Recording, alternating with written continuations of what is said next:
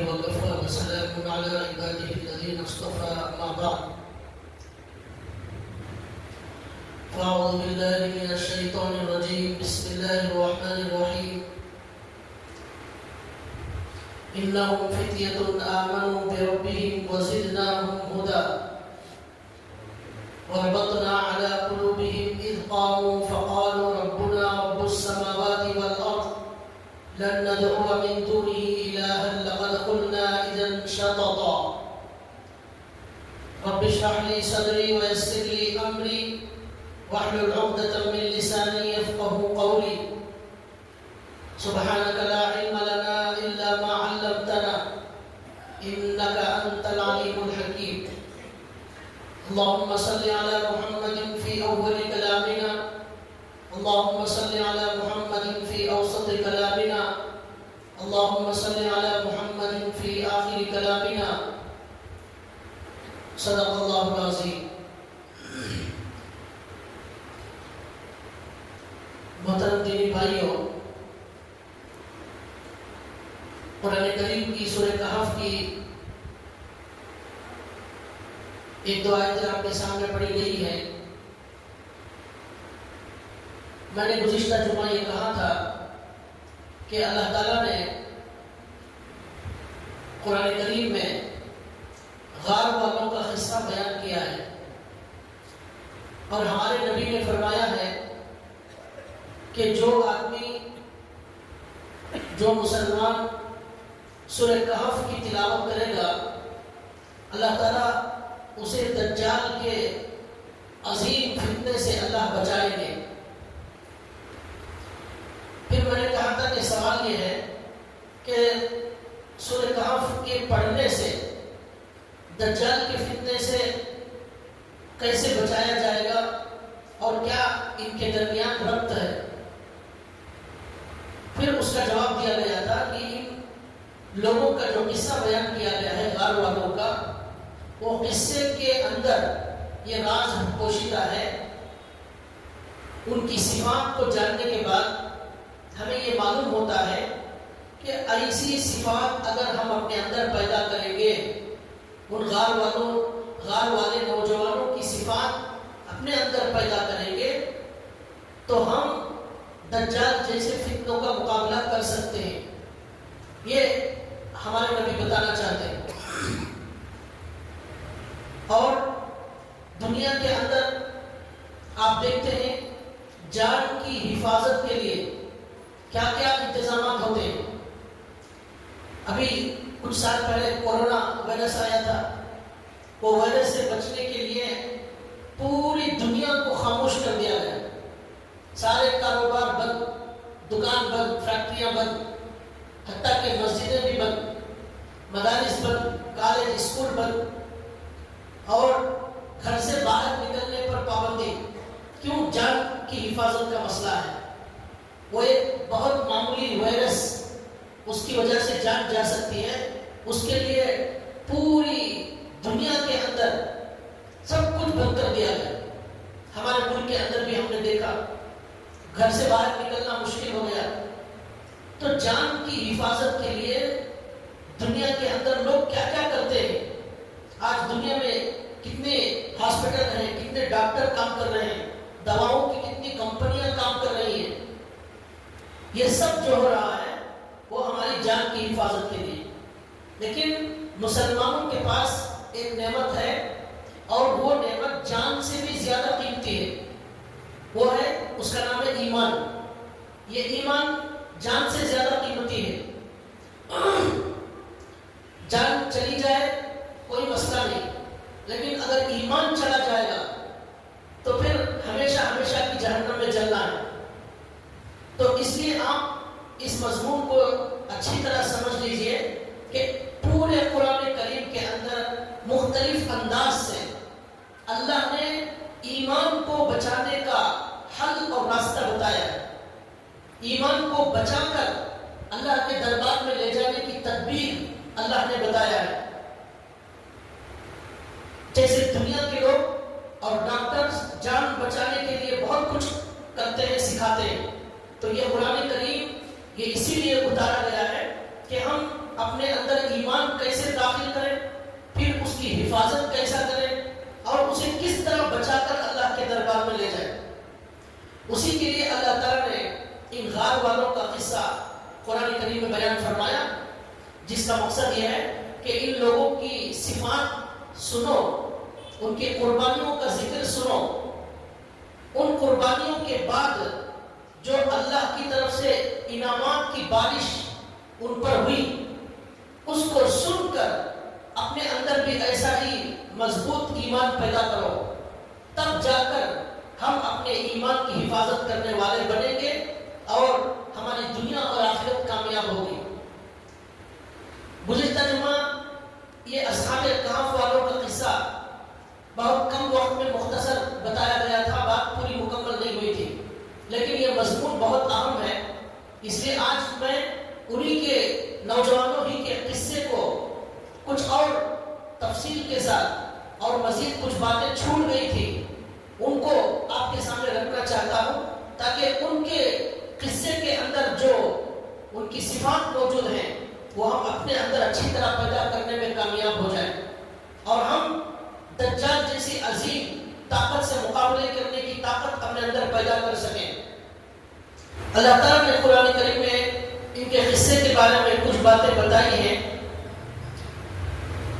اللہ نے سب سے پہلے یہاں کہا انہم فتیۃ آمنوا بربہم، یہ جو نوجوان تھے جن کو اصحاب کہف والے نوجوان کہا جاتا ہے، انہم فتیۃ آمنوا بربہم، وہ کچھ نوجوان تھے آمنوا بربہم جو اپنے رب پر ایمان لے آ چکے تھے، اپنے رب پر انہوں نے اپنے آپ کو قربان کر دیا تھا۔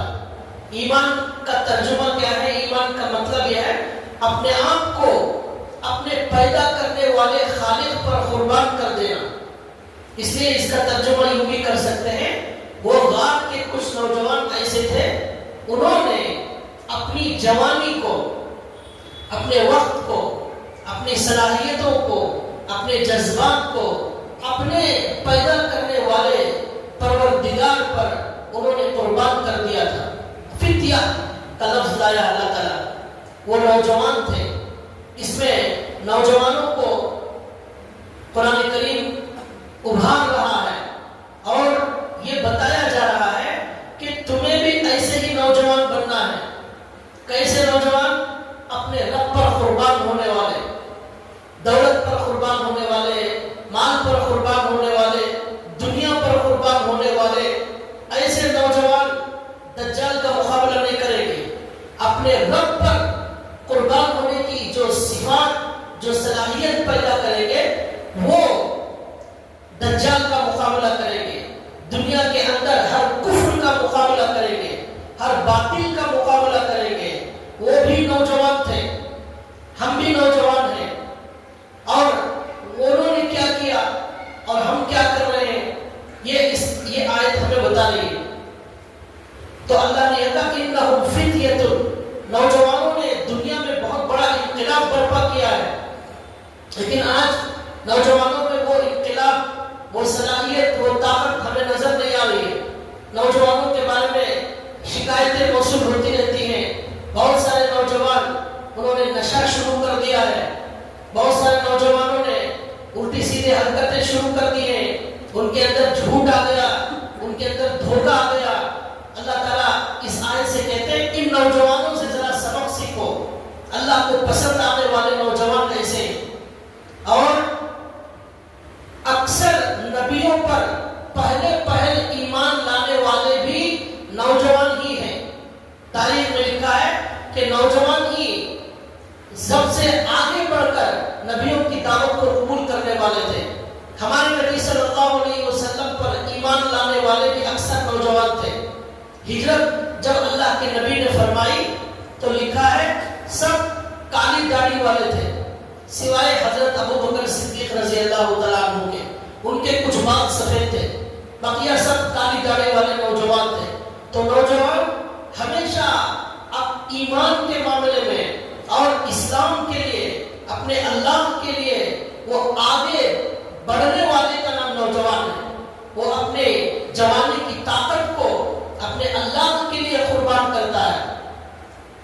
کہا کسی خاکی پہ مت کر خاک اپنی زندگانی کو، کسی خاکی پہ مت کر خاک اپنی زندگانی کو، جوانی کر فدا اس پر جس نے دی جوانی کو، جوانی کر فدا اس پر جس نے دی جوانی کو۔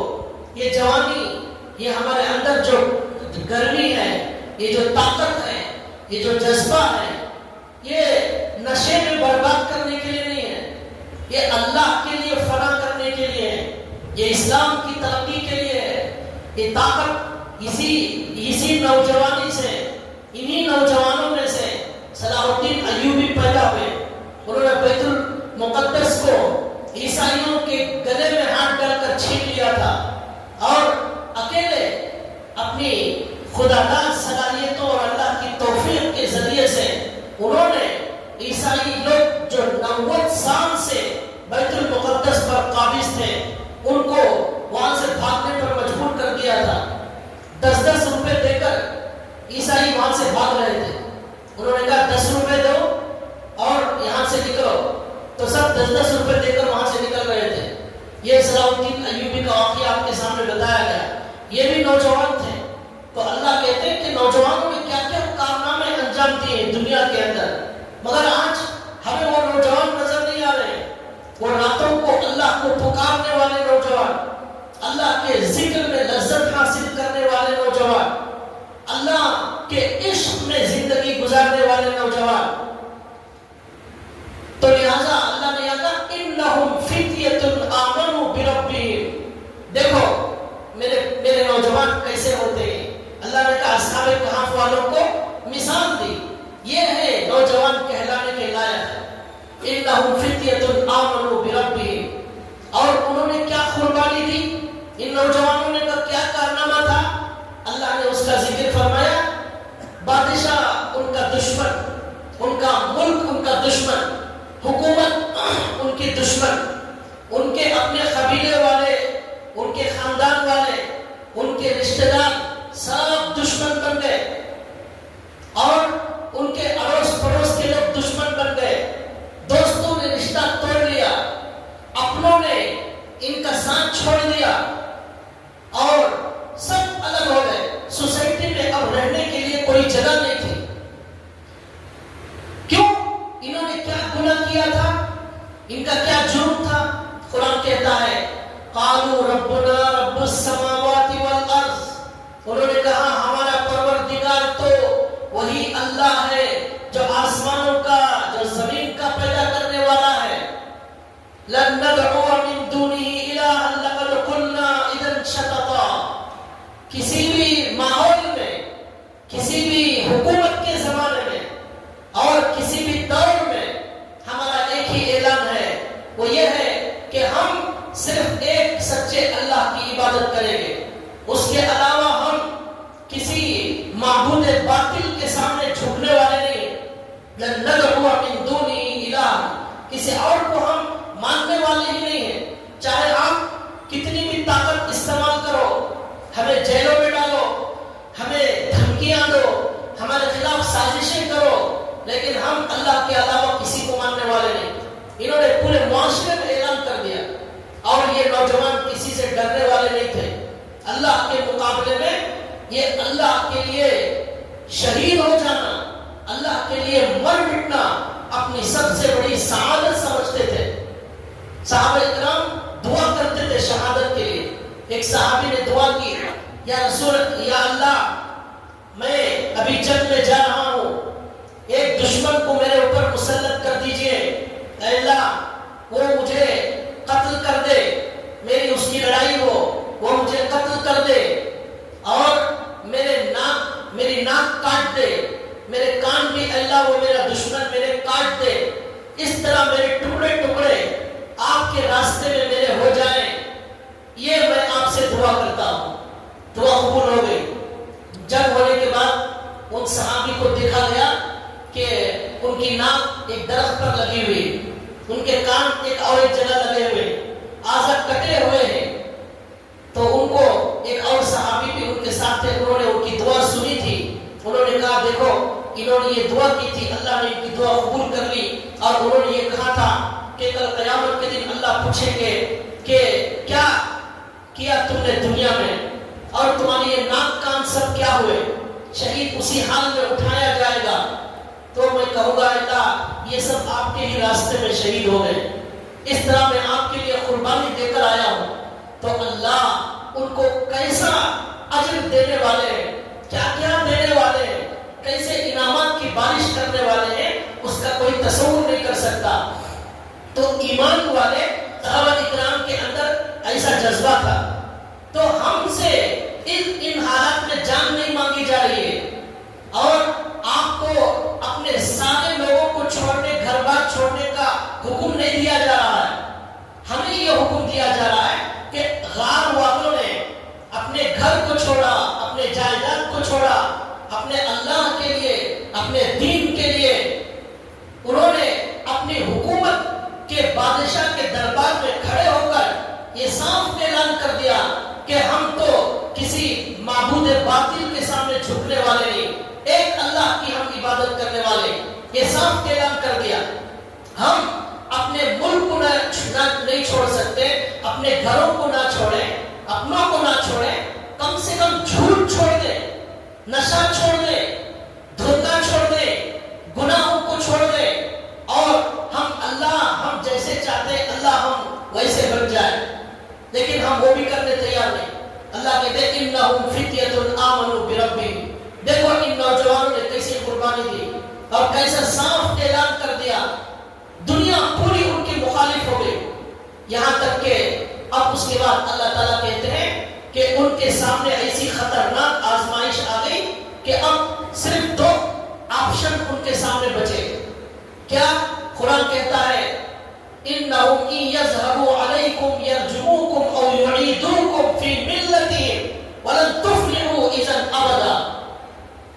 ان کو صرف دو آپشن، یا تو مرنے تیار ہو جاؤ، سنسار کر دیا جائے گا۔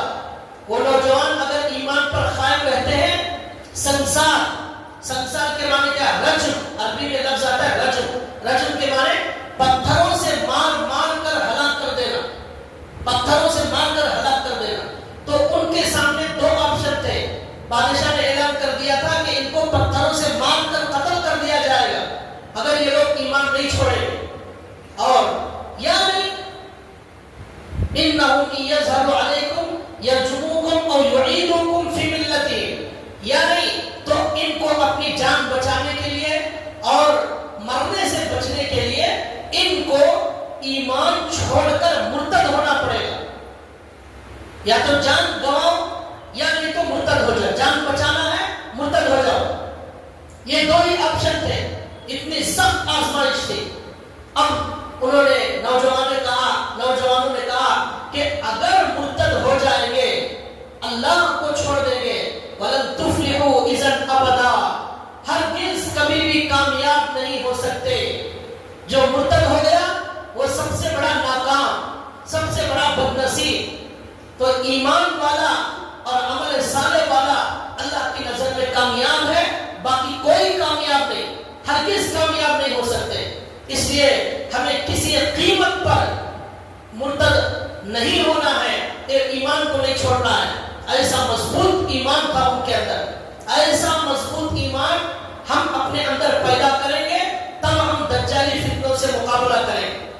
اس کے بعد اللہ تعالیٰ کہتے ہیں کہ اب انہوں نے یہ فیصلہ کیا کہ ہم مرتد ہونے کسی قیمت پر تیار نہیں، اپنے ایمان کو بچانے کے لیے اپنے ملک، اپنے لوگوں کو، اپنی سوسائٹی کو، اپنے علاقے کو، اپنوں کو، سب کو چھوڑ کر ہم اس آبادی سے دور جنگل میں چلے جائیں، جہاں جب کہیں بھی اپنی زندگی گزاریں گے ایمان بچا لیں گے۔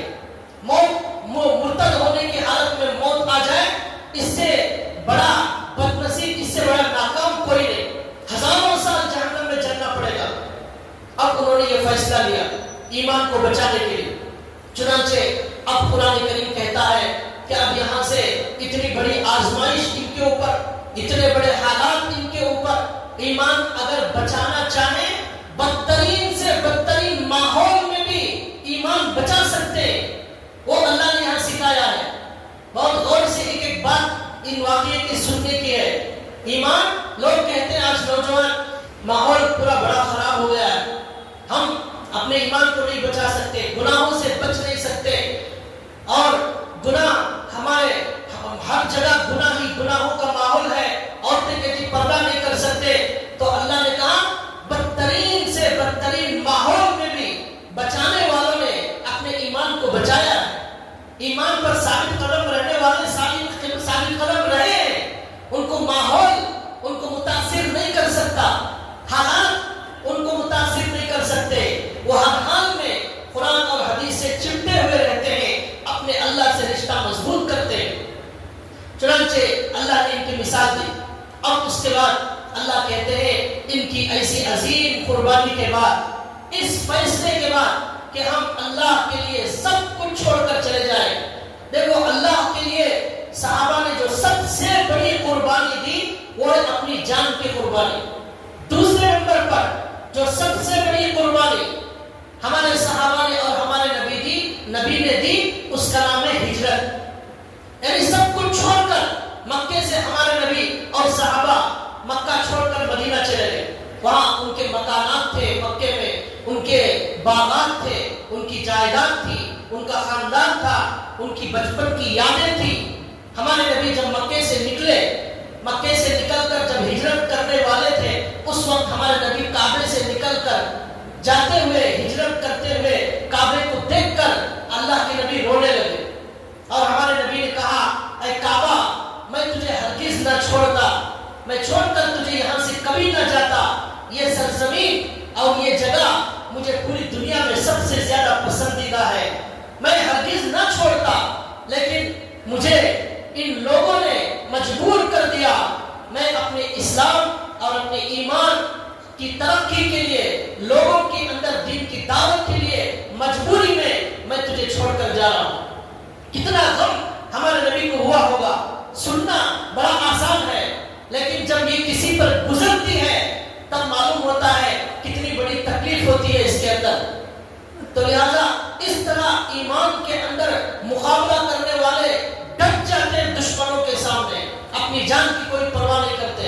ابھی فلسطین کے اندر دیکھیے, بچے, نوجوان, عورتیں, بوڑھے, بوڑھیاں, سب ہزاروں کی تعداد میں شہید ہونا گوارا کر رہے ہیں, لیکن ایمان پر سودا کرنے تیار نہیں, ایمان چھوڑنے تیار نہیں, قرآن چھوڑنے تیار نہیں, اللہ کو چھوڑنے تیار نہیں. ان کی زبان پر ہر وقت صرف اللہ کا نام ہے.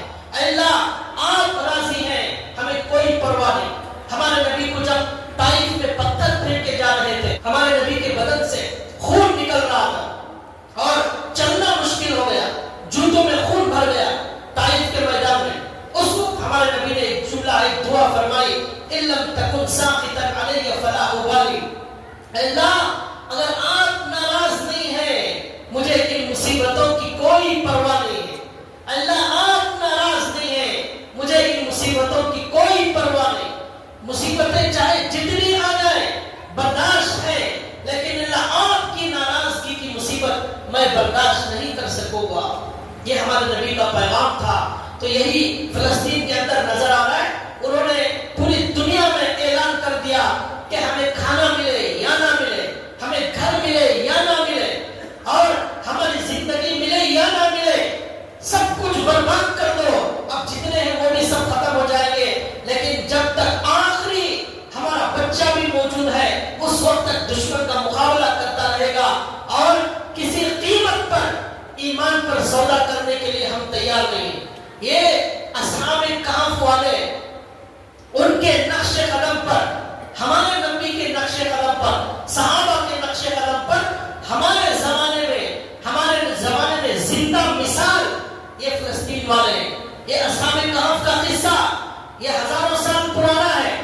یہ عیسائی مذہب پر چلنے والے یہ نوجوان تھے, لیکن یہ ہمارے زمانے میں موجود لوگ ہیں.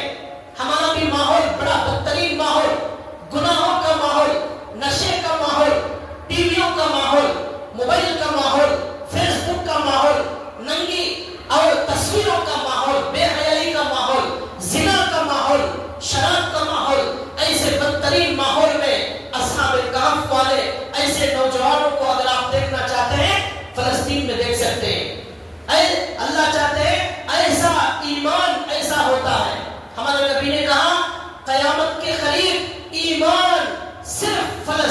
میں رہ جائے گا، ایمان صرف شام میں رہ جائے گا، بقیہ کہیں ایمان نہیں رہے گا۔ پھر اللہ کے نبی نے کہا کہ ایسا دور آئے گا کہ آپ کو بھی ایمان بچانے کے لیے وہاں جانا پڑے گا، ایمان والوں کے ساتھ رہیں گے، ایمان بچے گا۔ برا ماحول انسان کو برا بناتا ہے، چوروں کے ساتھ، ڈاکوؤں کے ساتھ، کفر کا ماحول انسان کو کفر بناتا ہے۔ اس لیے ان نوجوانوں نے، غار والے نوجوانوں نے اپنے برے ماحول اور گندی بستی کو، شرک کی، کفر کی بستی کو چھوڑنے کا فیصلہ کیا۔ نکلو یہاں سے، کفر کی، شرک کی بدبو آ رہی ہے، اچھے ماحول میں ہم چلے جائیں گے، ہم وہاں رہیں گے تاکہ ہم اس برے ماحول سے ہم بچ جائیں۔ چنانچہ اللہ تعالیٰ نے کہا کہ انہوں نے اپنے اللہ کے لیے قربانی دی اور اپنے ملک اور وطن کو چھوڑ کر اللہ کے لیے وہ نکل گئے۔ اب اللہ تعالیٰ کہتے ہیں کہ جو آدمی اللہ کے ساتھ اپنا کنیکشن مضبوط کر لیتا ہے، تعلق کو مضبوط کر لیتا ہے، اللہ کی مرضی پر جینا شروع کرتا ہے، اسے کبھی دھوکہ نہیں ہوتا، وہ کبھی دھوکہ نہیں کھاتا، وہ کامیاب ہی کامیاب ہے اور وہ ناکامی کبھی نہیں دیکھتا۔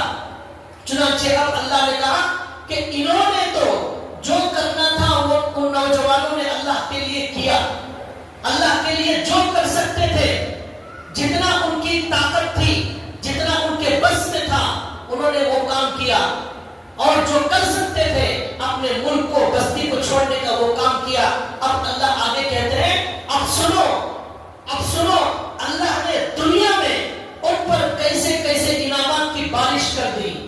جو بھی آدمی اپنے ایمان کے لیے قدم اٹھاتا ہے، اللہ کو راضی کرنے کے لیے قدم اٹھاتا ہے، ہمت کرتا ہے، وہ کسی طاقت سے ڈرتا نہیں ہے، کسی حکومت سے مرعوب نہیں ہوتا، وہ مقابلہ کرتا ہے، تو تب اللہ کی مدد ضرور آتی ہے۔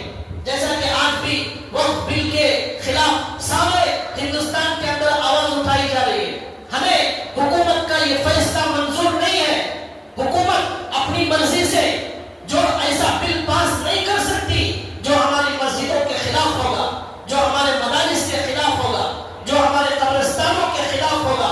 یہ ہماری پراپرٹی ہے۔ وقف جو ہوتا ہے وہ اللہ اس کا مالک ہوتا ہے، وقف کا مطلب اللہ اس کا مالک۔ جو ہمارے بڑے ہوتے ہیں وہ انہوں نے اللہ کے لیے وقف کیا، مسجد کو وقف کیا، مدرسے کو وقف کیا، زمین کو وقف کیا۔ ہمارے نبی صلی اللہ علیہ وسلم نے خود وقف کیا، حضرت عثمان غنی نے کنواں وقف کیا، ہمارے نبی سے یہ سلسلہ چلا رہا ہے۔ پوری دنیا کے اندر بے شمار لوگ وقف کرتے ہیں۔ وقف کا مطلب ہم نے اس پراپرٹی کو، اس کو، اللہ کو ہم نے مالک بنا دیا۔ اب یہ مسجد کا مالک کون ہے؟ اللہ ہے۔ اس مسجد کا، مدرسے کا مالک کون؟ اللہ ہے۔ قبرستان کی زمین وقف، اس کا مالک کون؟ اللہ ہے۔ تو یہ اللہ کی ملک میں حکومت چھیڑ خانی کرنا چاہتی ہے، اللہ کے مال کو چرانا چاہتی ہے، اللہ کے مال پر ڈاکہ ڈالنا چاہتی ہے، لیکن بولتی ہے الگ، طریقہ الگ ہے، انداز الگ، لیکن مقصد، الفاظ الگ ہے، مقصد الگ ہے۔ تو اس لیے سارے کے سارے مسلمان کھڑے ہو گئے، ابھی پورے نہیں کھڑے ہوئے، لیکن کچھ ہی اب تک جو میل کرنے کے لیے کہا گیا تھا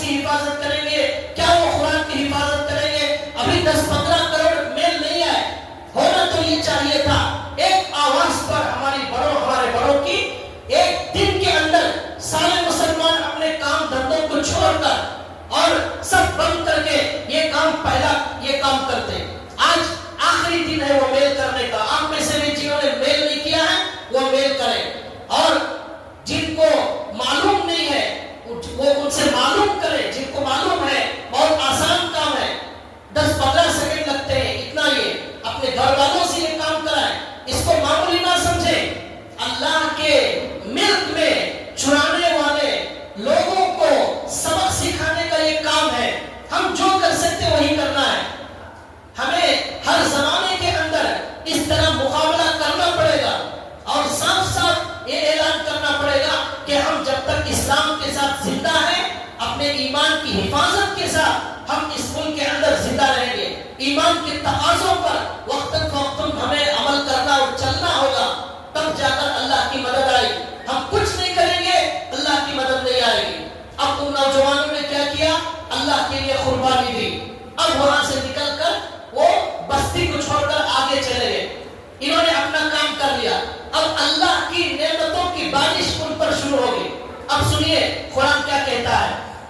قرآن کہتا ہے کہ جب یہ بستی کو چھوڑ کر نکل گئے، انہم فتیۃ آمنوا بربہم وزدناہم ھدی، پہلا گفٹ اللہ کی طرف سے ان کو ملا۔ اس قربانی کا صلہ، اس قربانی کا اجر، اس قربانی کا بدلہ اللہ کی طرف سے ملنا شروع ہو گیا۔ اللہ نے کہا اللہ کے ان گفٹس کو سنو، اللہ کے اجر کو سنو، اللہ کی نعمتوں کو سنو۔ جو قربانی دیتے ہیں ایمان کے لیے، جم جاتے ہیں استقامت کے ساتھ، قرآن پر عمل کرتے ہیں، ان پر اللہ کی نعمتوں کی بارش دنیا میں ہی ہوتی ہے۔ کیا ہوئی ان پر پہلی بارش؟ اللہ نے کہا زدناہم ھدی، پہلی نعمت ان کے اوپر کیا آئی؟ اللہ نے کہا ان کی ہدایت میں ہم نے اور اضافہ کر دیا۔ اللہ کہتے ہیں ان کی ہدایت میں اضافہ کر دیا۔ یہ ہدایت میں اضافے کا مطلب کیا ہے؟ یہ ہدایت، ایمان کی ہدایت کے بعد عمل کی ہدایت، اللہ سے محبت کی ہدایت، یہ بہت عظیم دولت ہے۔ ہم آج جو نماز پڑھ رہے ہیں یہ اللہ کی ہدایت کی وجہ سے، کوئی سبحان اللہ کہہ رہا ہے اللہ کی ہدایت کی وجہ سے، اور کوئی صدقہ کر رہا ہے اللہ کی ہدایت کی وجہ سے، قرآن پڑھ رہا ہے اللہ کی ہدایت کی وجہ سے۔ اللہ کی ہدایت نہیں ہوگی ہم کچھ نیک کام نہیں کر سکتے۔ اگر کوئی گناہوں سے بچ رہا ہے وہ اللہ کی ہدایت کی وجہ سے، تو یہ اللہ کی ہدایت ہی ہے جو ہمیں نیک کاموں کی طرف آگے بڑھاتی ہے۔ اتنا انسان آگے بڑھتا ہے نماز میں، قرآن میں، ذکر میں، وہ اللہ کی ہدایت کی وجہ سے کہ ایک دن ایسا آتا ہے کہ نیکیاں کرنے میں اس کا دل خوب لگتا ہے، گناہوں سے نفرت پیدا ہو جاتی ہے، نماز میں دل لگتا ہے، قرآن میں دل لگتا ہے، اللہ کے ذکر میں اس کی طبیعت چلنے لگتی ہے۔ یہ کیا ہے؟ یہ اللہ کی طرف سے ہدایت میں اضافہ کر دیا جاتا ہے۔ اور جسے اللہ ہدایت نہیں دیتے اسے آپ 1000 بار دعوت دیجئے وہ مسجد آنے تیار نہیں ہوگا، وہ 1000 بہانے کرے گا، وہ قرآن کے لیے تیار نہیں ہوگا، وہ ذکر کے لیے تیار نہیں ہوگا۔ گناہوں کو چھوڑنا اس کے لیے بہت بڑی مصیبت بن جائے، لیکن ہدایت مل جائے گناہوں سے بچنا آسان۔ زہر سے جیسی نفرت ہوتی ہے ویسی گناہوں سے نفرت ہو جاتی ہے جب اللہ کی طرف سے ہدایت ملتی ہے۔ تو اللہ نے کہا سب سے پہلی نعمت، سب سے پہلا گفٹ ان کو جو ملا وہ یہ ملا کہ اللہ کی طرف سے ہدایت اور زیادہ ہو گئی ان کی۔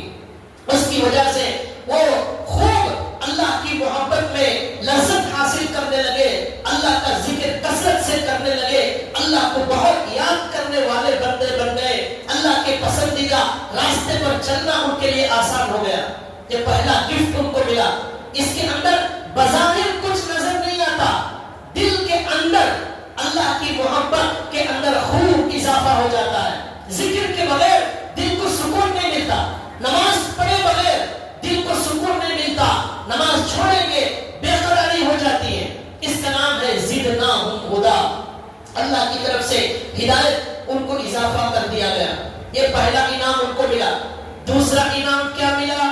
ان نوجوانوں کو غار والے اللہ کہتے ہیں وَرَبَطْنَا عَلَىٰ قُلُوبِهِمْ، ہم نے ان کے دلوں کو مضبوط کر دیا، ان کے دلوں کو مضبوط کر دیا ہم نے۔ یہ دل، اس کو عربی میں کہتے ہیں قلب۔ قلب کے معنی آتے ہیں پلٹنے والا، بار بار پلٹنے والا۔ یہ کبھی نماز کی طرف پلٹتا ہے، کبھی جھوٹ کی طرف پلٹتا ہے، کبھی نیکیوں کی طرف، کبھی گناہوں کی طرف۔ یہ پلٹتا رہتا ہے ہر وقت. تو اسی لیے ہمارے نبی نے دعا کی یا مقلب القلوب ثبت قلبی علی دینک، اے دلوں کو پلٹنے والے اللہ ہمارے دل کو اپنے دین پر ثابت قدم کر دیجئے. اے دلوں کو پلٹنے والے اللہ، حدیث میں آتا ہے اللہ کے سامنے پورے انسانوں کے دل ہیں، اللہ جسے جیسا چاہے پلٹتے ہیں. اس لیے اللہ کے نبی نے دعا کی اے اللہ آپ دلوں کو پلٹنے والے ہیں، اس لیے آپ میرے دل کو دین پر استقامت کے ساتھ ثابت قدم کر دیجئے. یہ دعا بار بار ہمارے نبی کرتے تھے. تو اللہ نے کہا ان نوجوانوں کو دوسرا انعام کیا ملا؟ وَرَبَطْنَا عَلَىٰ قُلُوبِهِمْ، ان کے دلوں کو مضبوط کر دیا، ایسا مضبوط کر دیا کہ اب دل ادھر ادھر پلٹنے والا نہیں ہے. جو لوگ مرتد ہو رہے ہیں آج ان کا دل پلٹ گیا، کفر کی طرف ان کا دل پلٹ گیا، اس لیے وہ مرتد ہو گئے. اگر دل نہ پلٹتا وہ ایمان پر قائم رہتے. تو لہذا جب اللہ تعالیٰ دل کو مضبوط کر دیتے ہیں وہ دل ایمان پر جم جاتا ہے، اسلام پر جم جاتا ہے. وہ کبھی اللہ کو چھوڑ کر کسی اور کی طرف پلٹنے تیار نہیں، وہ گناہوں کی طرف پلٹنے تیار نہیں ہوتا. اللہ نے یہ دوسرا انعام دیا، ان کے دلوں کو مضبوط کر دیا. اب اس کے بعد اللہ کہتے ہیں اور ایک انعام ان پر اللہ نے کیا کیا؟ وہاں سے نکل کر جب وہ نکلے بستی سے، اپنے شہر سے، اپنے گاؤں سے، اپنے گھروں کو چھوڑ کر نکلے، ساتھ میں راشن پانی کچھ بھی موجود نہیں ہے، اناج غلہ کچھ موجود نہیں، پیسے بھی زیادہ نہیں ہیں، تھوڑے بہت ہیں. دل میں خیال آ رہا ہے کھائیں گے کیسے، پیئیں گے کیسے، رہنے کے لیے گھر کہاں ہوگا، کہاں کمرے کا کیا کریں گے، کچھ انتظام نہیں ہے. لیکن ان کا ایمان، ان کا یقین اللہ پر، ان کا جو یقین تھا وہ یقین یہ اندر سے بول رہا تھا جو اللہ ساری دنیا کو کھلانے والا ہے وہ ہمیں بھی ضرور کھلائے گا، وہ اللہ ہمارے لیے رہنے کا انتظام کرے گا. سب کچھ اس اللہ کے بھروسے پر انہوں نے اپنا قدم اٹھایا اور آگے بڑھ گئے. جب ایمان کے بعد، ایمان کے ساتھ ایسا یقین اللہ پر ہوتا ہے تب اللہ کی مدد آنا شروع ہوتی ہے. ہمارے پاس ویسا یقین ہی موجود نہیں، اس لیے ہمارے اوپر مدد نہیں آتی. ہمیں مدد کے لیے اللہ پر ایسا یقین ضروری ہے. ایمان کا نام ہی یقین. اللہ پر بھروسہ کرے تب دیکھیں اللہ کی مدد کیسے آتی ہے. ہمارے نبی نے صحابہ کو ہر وقت یہی سکھایا کہ اللہ کی مدد پر بھروسہ رکھو، اللہ کی مدد ضرور آئے گی. قرآن میں ہے وَعَلَى اللَّهِ فَلْيَتَوَكَّلِ الْمُؤْمِنُونَ، مومنین تو صرف اللہ پر بھروسہ کرتے ہیں. تو لہذا اللہ پر بھروسہ کر کے ان نوجوانوں نے اپنی بستی کو چھوڑا. تو اب اللہ نے تیسرا گفٹ، تیسرا معاوضہ ان کو کیا دیا؟ ایک ایئر کنڈیشن روم دیا. ایئر کنڈیشن 7 اسٹار روم. اور وہ روم کہاں تھا؟ پہاڑ کے اندر تھا وہ روم. کوئی ان کو کمرہ دینے تیار نہیں، کوئی ہوٹل دینے تیار نہیں، کوئی گھر دینے تیار نہیں. اللہ نے کہا ہم آپ کو کمرہ دیں گے، ہم آپ کو رہنے کے لیے جگہ دیں گے، اور ایسا عجیب و غریب کمرہ دیں گے. یہاں قرآن میں ہے کہف. کہف کے معنی آتے ہیں غار. اور ایک جو قرآن کریم میں ہے ہمارے نبی صلی اللہ علیہ وسلم مکے سے نکل کر غار میں 3 دن تھے، اس کو بھی غار کہا جاتا ہے. قرآن میں ہے اذ ہما فی الغار، 10ویں پارے میں ہے ہمارے نبی اور حضرت ابو بکر غار میں تھے. لیکن یہاں غار کا لفظ نہیں آیا، کہف کا لفظ آیا ہے. یہ دونوں میں فرق یہ ہے کہ غار کہتے ہیں جس میں 3 یا 4 آدمی رہ سکتے ہیں زیادہ سے زیادہ. ابھی ہمارے نبی صلی اللہ علیہ وسلم جہاں تھے غار ہرا، غار ثور میں، اس میں دیکھیے چھوٹا ہوتا ہے، ایک مسلح بچھانے کی جگہ ہے، 2-3 آدمی بیٹھ سکتے ہیں. لیکن کہف کہتے ہیں پہاڑ کے اندر، زمین کے اندر ہزاروں آدمی رہ سکتے ہیں، ایسا بڑا کمرہ. وہاں اس کو کہتے ہیں کہف. زمین کے اندر سرنگ ہوتی ہے. اور قرآن میں ایک لفظ استعمال ہوا ہے وَهُمْ فِي فَجْوَةٍ مِّنْ، فجوہ کا بھی لفظ آیا ہے. اس کے معنی آتے ہیں بڑا ہال. زمین کے اندر ایک بڑی سرنگ، پھر اس میں ایک ہال کے جیسا بڑا کمرہ. اللہ نے ایسا ان کے لیے انتظام کیا، بڑے ہال کا زمین کے اندر، پہاڑ کے اندر، یہ اللہ نے ان کے لیے انتظام کیا. یہ ایسا وہ اندر زمین کے ہونے کی وجہ سے بہت زیادہ ٹھنڈا تھا. وہ بہت زیادہ ٹھنڈا. تو اب اس ٹھنڈک کو ختم کرنے کے لیے اللہ نے ان سے کہا چوتھا انعام ہم تم پر یہ کریں گے، سورج کو تمہاری خدمت پر لگا دیں گے. وہ سورج کی روشنی اور دھوپ جتنی تمہیں فائدے کی تمہارے لیے ضرورت ہے اتنی دھوپ اور روشنی تمہارے پاس آئے گی، لیکن اس دھوپ سے جو نقصان، گرمی سے جو پریشانی ہوتی ہے وہ پریشانی آپ کو نہیں ہوگی. وہ غار ایسا تھا ان کا کہ دو طرف سے اوپن تھا. سورج جب نکلتا تھا، طلوع ہوتا تھا، اس وقت بھی اس کی دھوپ آتی تھی. جب سورج ڈوبتا تھا تب بھی اس کی دھوپ آتی تھی، لیکن اس سورج کی گرمی سے نقصان نہیں ہوتا تھا. تو لہذا اللہ نے ان کو چوتھا انعام یہ دیا. تیسرا انعام کیا دیا؟ ایسا ایئر کنڈیشن عجیب و غریب کمرہ دیا جہاں پر بڑے سے بڑا دشمن بھی وہاں تک نہیں آ سکتا. شاید یہ فلسطین کے اندر جو لوگ ہیں انہوں نے زمین کے اندر سرنگیں بنائی ہوئی ہیں. وہ اسرائیل کو اب تک پتہ نہیں چل رہا ہے کہ وہ سرنگیں کہاں ہیں. میرے خیال سے یہ جو سورہ کہف کے اندر یہ قصہ ہے یہ پڑھ کر ہی انہوں نے بنایا ہوگا. فلسطین والوں نے زمین کے اندر سرنگ بنائی. تو لہذا یہ اللہ نے قرآن میں کہا پہاڑ کے اندر، زمین کے اندر سرنگ بنائی تاکہ ان کو حفاظت سے وہاں رکھا جا سکے. کوئی دشمن آئے گا تب بھی اسے پتہ نہیں چلے گا یہ کہاں ہے. تو یہ دیکھ کر فلسطین میں لوگوں نے اندر زمین میں سرنگیں بنائی جس کی وجہ سے دشمن اب تک ان کو پکڑنے میں کامیاب نہیں ہوا. ان کو پتہ ہی نہیں چل رہا کہ زمین کے اندر کہاں کہاں سرنگیں بنائی ہوئی. تو لہذا تو اللہ تعالیٰ نے ایسی سرنگ کا، ایسے غار کا زمین کے اندر نظام بنایا اللہ تعالیٰ نے. اور اس کے بعد اللہ تعالیٰ نے سورج کو ان کی خدمت پر لگا دیا. یہ اللہ نے چوتھا انعام اور چوتھا معاوضہ دیا. اس کے بعد اللہ نے پانچواں انعام جو اللہ کے لیے قربانی دیتے ہیں ان پر اللہ نے پانچواں انعام اور پانچواں معاوضہ اللہ نے یہ دیا کہ اللہ کہتے ہیں وَقَدْ تَحْسَبُهُمْ أَيْقَاظًا وَهُمْ رُقُودٌ. اب ان کو کھانے کی، پینے کی ضرورت ہے، بھوک لگے گی تو اب کیا کیا جائے گا؟ اللہ نے ان کو کھانے پینے سے بچانے کے لیے ان پر نیند طاری کر دی. نیند، اور وہ نیند ایسی عجیب و غریب تھی. اس کے بارے میں لکھا ہے اللہ نے قرآن میں فرمایا تحسبهم أيقاظا وهم رقود.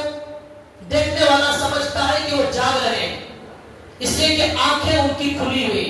ایسی عجیب و غریب نیند کہ آنکھ کھلی ہوئی ہے. تو اس سے معلوم ہو رہا ہے کہ آدمی جاگ رہا ہے. حقیقت میں وہ اتنی گہری نیند میں سو رہے تھے کہ نیند میں پلٹنا بھی ان کے اختیار میں نہیں تھا بلکہ اللہ خود ان کو پلٹتے تھے. قرآن کہتا ہے وَنُقَلِّبُهُمْ ذَاتَ الْيَمِينِ وَذَاتَ الشِّمَالِ. ایسی گہری نیند تھی کہ وہ پلٹ بھی نہیں سکتے تھے، اتنی گہری نیند تھی. تو اللہ کہتے ہیں ہم ان کو کبھی ادھر کبھی ادھر پلٹتے رہتے تھے تاکہ زمین ان کے بدن کو نہ کھا جائے. تو یہ اللہ نے اور ایک معاوضہ اور ایک عجیب و غریب قدرت لوگوں کو دکھائی کہ دیکھو جو اللہ کے لیے قربانی دیتے ہیں وہ کبھی ضائع نہیں ہوتے. اللہ تعالیٰ ان کی اس طرح مدد کرتے ہیں اور اللہ اس طرح ان کو اجر دنیا ہی میں عطا کر دیتے ہیں. تو لہٰذا اللہ نے ایک اور ایک ان کو یہ انعام دیا.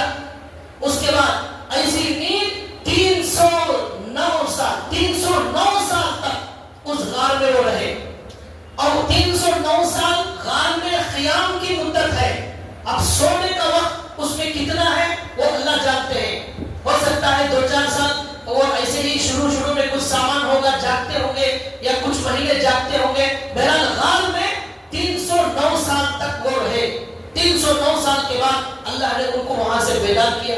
ایسا اللہ تعالیٰ نے ان پر انعام کا، احسان کا معاملہ فرمایا. پھر اللہ کہتے ہیں اور ایک انعام ہم نے ان پر یہ کیا کہ ان کے پاس ایک کتا تھا اور وہ کتا ان کے دروازے پر نگرانی کرتا ہوا بیٹھ گیا.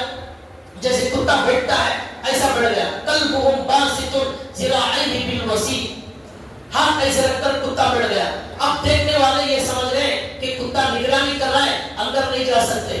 تو اللہ نے ایسا نظام بنایا. وہ کتے کے بارے میں لکھا ہوا ہے کہ روح المانی تفسیر کی بہت بڑی کتاب ہے، اس میں لکھا ہے جنت میں جانور جنت میں نہیں جائیں گے لیکن کچھ جانور جنت میں جائیں گے، اس میں یہ کتا نہیں جائے گا. یہ اصحاب کہف نوجوانوں کا جو شکل میں جائے گا، کس صورت میں جائے گا، وہ اللہ تعالیٰ جانتے ہیں. لیکن ان نوجوانوں کا مقام دیکھو، ان نوجوانوں کا مقام کہ اللہ نے ان کو کتنا بلند مرتبہ عطا کیا کہ اللہ پر انہوں نے قربانی دی، اللہ کے لیے جینا شروع کیا. تو ان کے کتے کا یہ مقام ہو گیا کہ اللہ اسے بھی جنت میں بھیجے.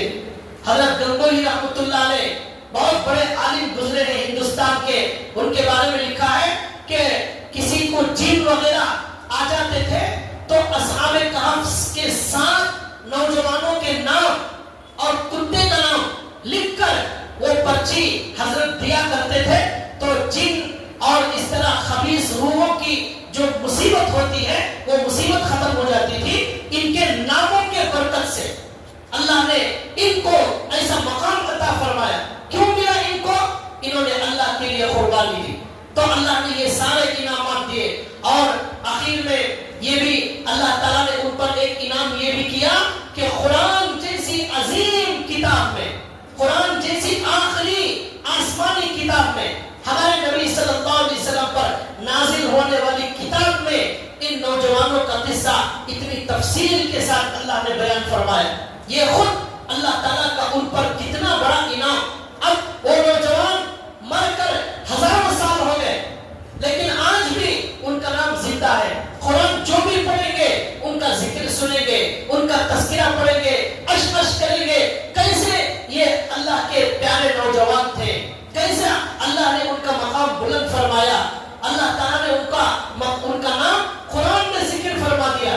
تو اللہ تعالیٰ نے ان کو ایسا بلند مقام عطا کیا، ایسا اجر عطا کیا، ایسا معاوضہ عطا کیا. یہ دنیا میں اللہ کی نعمتوں کی بارش ہے. اب کل قیامت کے دن اللہ ایمان لانے والے اور عمل کرنے والوں کو کیا کیا عطا کریں گے اس کا کوئی دنیا میں تصور نہیں کر سکتا. اللہ سے دعا ہے اللہ تبارک و تعالی ہمیں بھی ایسے ہی نوجوانوں کی صفات اپنے اندر پیدا کرنے کی اللہ تعالی ہمیں توفیق عطا فرمائے اور سنی ہوئی بات پر عمل کی توفیق عطا فرمائے.